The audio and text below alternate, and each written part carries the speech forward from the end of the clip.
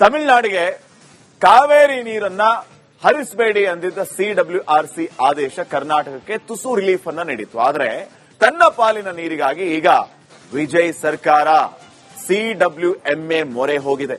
ನಾಳಿನ ಸಭೆಯತ್ತ ಎಲ್ಲರ ಚಿತ್ತ ನೆಟ್ಟಿದೆ. ಸೊ ನಾಳಿನ ಸಭೆ ಮತ್ತಷ್ಟು ಕುತೂಹಲಕ್ಕೆ ಕಾರಣ ಆಗ್ತಾ ಇದೆ. ರಾಜ್ಯದ ವಾದ ಏನಾಗಿರುತ್ತೆ ಅನ್ನುವಂಥದ್ದು ಕೂಡ. ಇದ್ರ ಬಗ್ಗೆ ಒಂದು ವರದಿ ಇದೆ, ನೋಡ್ಕೊಂಬ.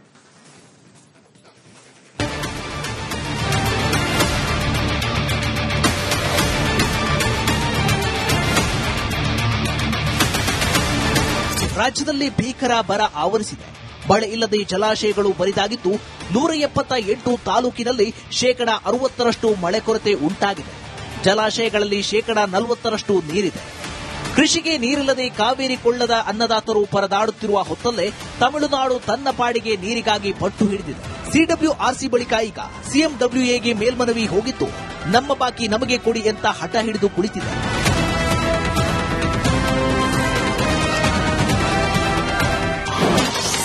ಕಾವೇರಿ ನೀರಿಗಾಗಿ ಮತ್ತೆ ಮತ್ತೆ ತಮಿಳುನಾಡು ಕದನ. ನಾಳೆ ಕಾವೇರಿ ನೀರು ನಿರ್ವಹಣಾ ಪ್ರಾಧಿಕಾರದ ಸಭೆ. ಕರ್ನಾಟಕದ ಕೊಡಗು ಜಿಲ್ಲೆಯ ಪಶ್ಚಿಮ ಘಟ್ಟ ತಲಕಾವೇರಿಯಲ್ಲಿ ಹುಟ್ಟಿ ತಮಿಳುನಾಡಿನ ಮೂಲಕ ಸಾಗಿ ಬಂಗಾಳ ಕೊಲ್ಲಿಯನ್ನ ಸೇರುವ ಕಾವೇರಿ ಕರ್ನಾಟಕ ತಮಿಳುನಾಡು ಮಾತ್ರವಲ್ಲ, ಕೇರಳ ಪುದುಚೇರಿಗೂ ಕೃಷಿಗೂ ಪ್ರಧಾನ ಪಾತ್ರ ವಹಿಸುತ್ತದೆ. ಆದರೆ ಈ ಬಾರಿ ಮುಂಗಾರು ದುರ್ಬಲವಾಗಿದ್ದು ಕಾವೇರಿ ಕೊಳ್ಳದಲ್ಲೇ ಕೃಷಿಗೆ ನೀರಿಲ್ಲ. ಇಂತಹ ಸಂದಿಗ್ಧ ಪರಿಸ್ಥಿತಿಯಲ್ಲೂ ತಮಿಳುನಾಡು ತಮ್ಮ ಪಾಲಿಗೆ ನೀರಿಗಾಗಿ ಮೇಲಿಂದ ಮೇಲೆ ಕೇಳ್ತಿದೆ. ಕಾವೇರಿ ನೀರು ಬಿಡುವ ಸಂಬಂಧ ಜುಲೈ 15ರಂದು ಸಿಡಬ್ಲ್ಯೂಆರ್ಸಿ ಅಂದ್ರೆ ಕಾವೇರಿ ನೀರು ನಿರ್ವಹಣಾ ಸಮಿತಿ ಸಭೆ ಇತ್ತು. ಈ ಸಭೆಯಲ್ಲಿ ತಮಿಳುನಾಡಿಗೆ ಜುಲೈ ತಿಂಗಳಲ್ಲಿ ಬಿಡಬೇಕಾಗಿದ್ದ 31.4 ಟಿಎಂಸಿ ನೀರು ಹರಿಸುವುದು ಬೇಡ, ಸದ್ಯ ಕೆಆರ್ಎಸ್ ನೀರಿನಲ್ಲಿ ಇರೋ ವಾಟರ್ ಕುಡಿಯಲು ಮಾತ್ರ ಎಂದು ಹೇಳಿತ್ತು. ಆದರೆ ಈಗ ತಮಿಳುನಾಡು ಕಾವೇರಿ ನೀರು ನಿರ್ವಹಣಾ ಪ್ರಾಧಿಕಾರದ ಮುಂದೆ ನೀರಿಗಾಗಿ ಮನವಿ ಮಾಡ್ತಿದೆ. ನಾಳೆ ಸಿಡಬ್ಲ್ಯೂಎಂಎಯ ಮಹತ್ವದ ಮೀಟಿಂಗ್ ನಡೆಯಲಿದೆ. ನಾಳೆ ನವದೆಹಲಿಯಲ್ಲಿ ನಡೆಯಲಿರುವ ಸಭೆಗೆ ಕರ್ನಾಟಕ, ತಮಿಳುನಾಡು, ಕೇರಳ ಮತ್ತು ಪಾಂಡಿಚೇರಿಯ ಅಧಿಕಾರಿಗಳು ಭಾಗವಹಿಸಲಿದ್ದಾರೆ.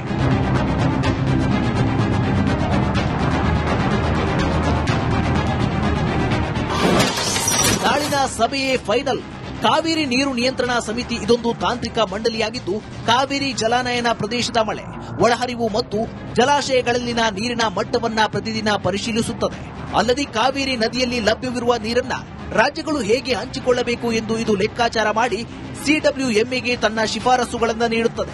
ಕಾವೇರಿ ನೀರು ನಿರ್ವಹಣಾ ಪ್ರಾಧಿಕಾರ ಸಿಡಬ್ಲ್ಯೂಆರ್ಸಿ ನೀಡುವ ವರದಿ ಮತ್ತು ಶಿಫಾರಸುಗಳನ್ನು ಆಧರಿಸಿ ಎಷ್ಟು ನೀರು ಬಿಡಬೇಕು ಎಂಬುದರ ಕುರಿತು ಅಂತಿಮ ನಿರ್ದೇಶನಗಳನ್ನು ನೀಡುತ್ತದೆ. ರಾಜ್ಯಗಳು ಸಿಡಬ್ಲ್ಯೂಆರ್ಸಿಯ ಶಿಫಾರಸುಗಳನ್ನು ಸಿಡಬ್ಲ್ಯೂಎಂಎ ಮುಂದೆ ವಾದ ಮಾಡಿ ಬದಲಾಯಿಸಬಹುದು. ಆದರೆ ಒಮ್ಮೆ ಸಿಡಬ್ಲ್ಯೂಎಂಎ ಆದೇಶ ನೀಡಿದ ಮೇಲೆ ಅದನ್ನು ಜಾರಿ ಮಾಡಲೇಬೇಕು, ಬೇರೆ ದಾರಿ ಇಲ್ಲ.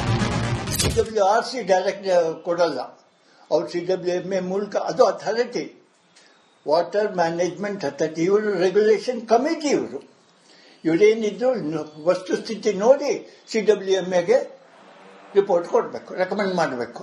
ಅವರು ಆ ರೆಕಮೆಂಡೇಶನ್ ಸರಿನಾ ತಪ್ಪ ಅಂತ ಅಕ್ಸೆಪ್ಟ್ ಮಾಡಿ ಡಿಸಿಷನ್ ಕೊಡ್ತಾರೆ. ಪ್ರೊಸೀಡಿಂಗ್ಸ್ ಆಗುತ್ತೆ. ಪ್ರೊಸೀಡಿಂಗ್ಸ್ ಆಗಿಬಿಟ್ಟು ಅವ್ರು ಪ್ರೊಸೀಡಿಂಗ್ಸ್ನ ಇಶ್ಯೂ ಮಾಡ್ತಾರೆ.